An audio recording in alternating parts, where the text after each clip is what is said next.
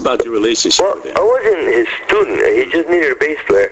And so I was just a beginning bass player. I didn't play jazz much. And so I told him I didn't want to play. He says, well, he needed somebody. I said, well, I'll go and I'll play, but until you find somebody. And so I did, and he says, you're okay, just keep playing. and the way I learned was he would play, and then he would stop and say, okay, blow, baby, tell me to play a solo. And I shook my head and said, no, I don't want any, thanks. And he said, play. And I said, no. He said, play. And then he stopped playing, and it was just me and the drummer, so I had to do something, and that's how I learned how to play jazz bass solos. All right. Yeah, I mean, throw me in the deep end of the pool. And so Ernie was, he didn't teach me, but I learned just by playing with him. Gotcha. You see, it wasn't formal lesson. He wasn't a teacher. Right. I just played with him, and I learned. It was that way for me. It was that way with a few piano players like Ernie Mariani. They didn't teach me. I learned just by playing with them to learn about bass lines. And Ernie, I learned about playing with feeling. I mean, he played with so much feeling. He had a lot of soul and technique and everything, Right. Are you from a musical family? My dad used to play saxophone in a dance band part-time, and that's about it. Oh, okay. He used to work at Metronome Music Store downtown, Johnny Life's place. And my mom worked in a dress shop, but so she wasn't a musician, but she had a good ear. When she's at home cleaning around the house, she got the radio on and she's singing along with Andy Williams or and harmonizing. She's singing in harmony, which takes a pretty good ear.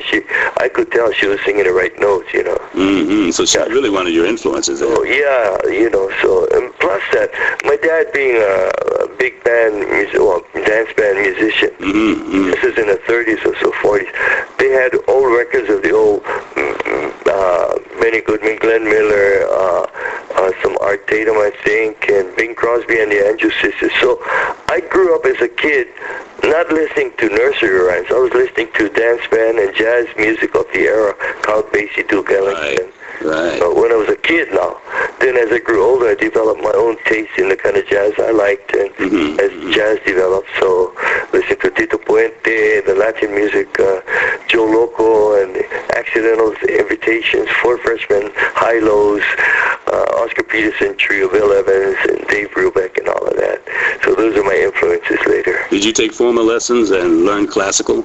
I'm sorry? Did you learn classical? Did you take formal lessons? Classical what? Music?